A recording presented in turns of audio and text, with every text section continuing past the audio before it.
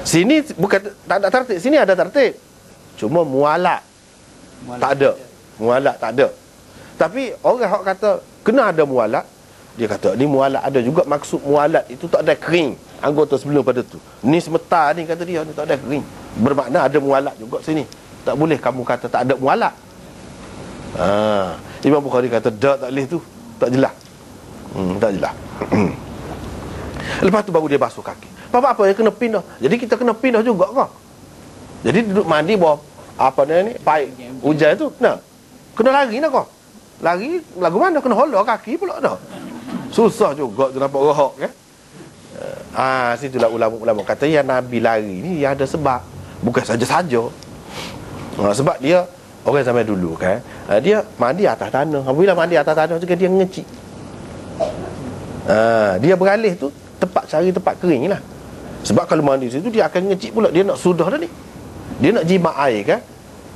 Dia basuh kaki tu kemudian.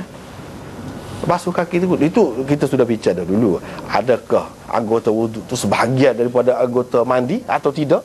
Dulu kita sudah bincang dah tu. Dia nak jimat air, dia beralih sebab tu. Tapi kalau tempat tu memang tak ada ngecik, serupa je sini dengan sana tu, tak perlu beralih, kata dia. Tak perlu beralih. Ni beralih ni dia ada sebab. Begitu juga kalau tempat misalnya kita kata tandas, kau boleh jadi ada kotor sikit, dia takut ngecik lah. Kalau tandas ya semen pun, ya semen pun boleh jadi juga. Mana seseorang tu lari tu, mana dia tak savory ngecik tempat tu, boleh lah lagu tu. Tapi setengah-setengah ulama kata dak, dan Nabi buat lagu ni, kita buat lagu ni tidak sabit kotor gap dia. Apa kotor gap dia? Kotor gap dia situ tak ada kotor, dia kata kotor gap dia. Sebab mengikut Imam Bukhari ya, air ni kan kita sudah guna, kalau ngecik dia tidak kotor bagi dia lah. Tidak kotor. Lepas tu kalau tanah tu bukannya kotor. Sebab tu boleh jalan kaki kan. Jalan kaki, jalan raya ni boleh jalan kaki. Lepas tu naik atas rumah tu tidak jadi kotor, kecuali kalau ada kekotoran yang jelas. Jadi di sini dia kata tak ada apa kotor, dan Nabi buat gitu juga. Bila dia buat gitu, menunjukkan kita pun boleh buat gitulah. Dia pegang zahir. Dia pegang zahir. Gitulah. Ada khilaf antara ulama tentang perkara ni. Dua. Yang ketiganya tentang tajuk bab ni. Imam Bukhari nak ayat apa dia? Mandi ni basuhnya sekali. Bab apa? Dia nak isyarat kepada satu hadis yang tersebut di dalam Abu Daud dan lain-lain lagi. Ni lah kita boleh tengok. Dia tu dia tidak tengok kitab Abu Daud. Bila dia nak buat gini, hadis tu dia tahu dah sebelum pada tu lagi. Sebab dia ni orang selapis dengan Abu Daud, sama seguru dengan Imam Abu Daud tu. Abu Daud dan lain-lain ada sebut mandi ni dia kena 7 kali basuh. 7 kali basuh. Gitu. Imam Bukhari nak cerita hadis itu satu dhaif. Dhaif, tak boleh nak pegang lah. Tak boleh nak jadikan landasan hukum sebab dhaif. Yang kedua, kalau kita terima dia tidak dhaif sekalipun, maka hadis itu sudah mansuh. Itu cerita dulu. Bahkan dalam hadis itu dia ada sebut hak dulu, hak kemudiannya tidak. Banyak perkara kita di dalam agama ni, kalau kita tengok sejarah syariat ini, dia beza hak dulu dengan hak kemudian. Hak dulu tu hak tidak dipakai dah, orang panggil mansuh. Hak kemudian itu nasikh. Apa dia? Hadis dalam Abu Daud tu gini bunyi lafaz dia.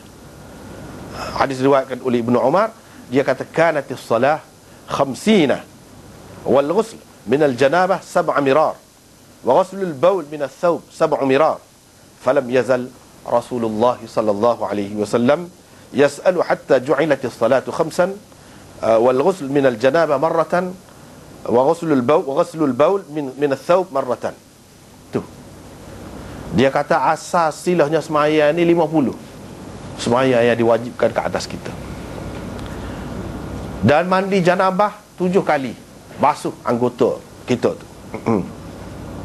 Begitu juga basuh bekas kena air kencing pada kain tu 7 kali kena basuh. Asalnya kalau kena mengecik air kencing ke, kena basuh 7 kali. Kena kira lah 7 kali, boleh jadi 7 kali. Lepas pada tu Nabi SAW terus minta keringanan daripada Allah Subhanahu Wa Taala Sehingga hak 50 tu jadi 5 semaya. Dan mandi junub kena basuh 7 kali tu tinggal sekali. Dan basuh kain itu pun hak kena air kencing ataupun najis lain sekali. Akhir sekali tinggal sekali. Sampai ke ni Imam Bukhari nak ayat hak tu. Hak ni hak muhkam, hukum yang muhkam yang tetap ialah sekali. Jika sudah rata sudah memadai. Hak sebut kalau ada dalam hadis sebut 7 itu sudah mansuh, itu cerita dulu. Kalau cerita dulu.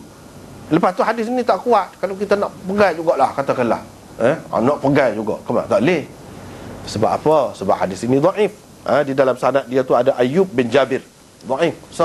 Yang kedua iaitu Usm, perawi yang kedua, ini pun perawi yang dipertikaikan. Jadi tidak sahih. Imam Bukhari nak isyarat kepada hak tu lah.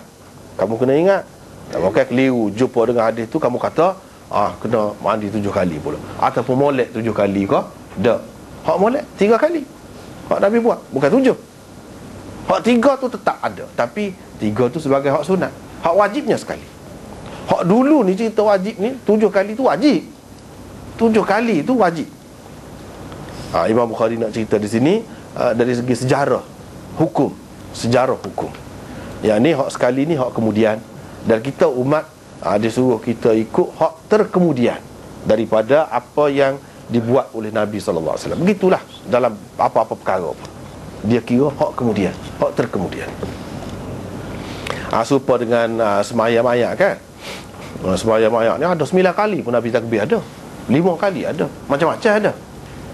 Tetapi apa yang ada ni jumhur ulama, boleh katakan semua ahli sunnah terima pak mazhab mana 4 kali ya takbir. Sebabnya hak itulah hak terakhir Nabi SAW buat, dan paling banyak dia buat 4. Kalau dia ada sebut 9 kau apa, dia ada latar belakang dia, khusus dengan orang-orang tertentu ke, dia ada gitu. Dan hak khusus-khusus gini tak ada orang lain yang boleh tahu. Nabi SAW saja tahu. Allah SWT beritahu, orang lain tak ada. Maka hukum takbir semayam mayat tu 4 kali, berdasarkan dia adalah perbuatan Nabi SAW yang terakhir, dan hak lebih banyak. Serupa juga ni. Itu poin lagi berkenaan dengan tajuk dia. Lepas tu kita tak ada hurai di sini. Faghasala madzakirahu. Faghasala madzakirahu. Dalam terjemahannya, lalu membasuh bahagian kemaluannya. Jangan pula kita kata madzakir itu perkataan apa? Perkataan jamak tu. Jamak daripada apa? Macam-macam. Ulama nahwu, ulama bahasa, dia kata, ada yang kata ini jamak kepada mizkar, madzakir, kemaluan. Jadi banyak kemaluan. Ada juga yang mengatakan ini madzakir ini jamak kepada zakar juga. Jamak kepada zakar. Tapi kalau jamak dia zukur, apa tidak zukur? Sebab zukur tu untuk orang lelaki, zakar tu orang lelaki. Jamak dia kalau orang zukur. Tapi kalau zakar dengan makna kemaluan, jamak dia madzakir. Biar ada beza. Apa yang guna jamak? Apa kemaluan banyak kau? Orang lelaki. Nah, kita kena bahalah sebab dia sebut dalam bentuk jamak. Biar jelas. Lepas kita kata tak ada orang. Mana kita tahu takutnya ada? Kalau ada, hak mana, hak bahagian mana hak dia kena basuh ni? Kau kena basuh semua. Berdasarkan hadis ni basuh semua. Kalau ada 2-3 pun, kemaluan dia tu katakanlah, kena basuh semua. Sebab dia sebut madzakir. Kita ambil sini. Lepas tu Nabi ni kemaluan dia ada berapa? Nabi bicara dari segi ilmu. Serupa dengan ramai-ramai juga. Tapi maksud di sini madzakir ni bahagian hak dekat-dekat dengan kemaluan dia tu. Hak ada kaitan dengan kemaluan, kesempurnaan kemaluan seseorang tu. Buah zakar misalnya sekitar-sekitar tu, hak tu dia basuh. Kawasan sekitar lah. Kawasan sekitar. Bukan mana zakar tu sendiri. Bukan hak tu saja. Dia nak ceritanya bahagian-bahagian tu dia basuh. Sebab tu dia guna jamak. Dia guna jamak tu sebab hak kawasan-kawasan tu, hak dekat-dekat tu, hak ada kaitannya dengan hak tu. Sebab kemaluan tu pun lelaki ni kan, memang penting tu adanya apa ni, buah zakat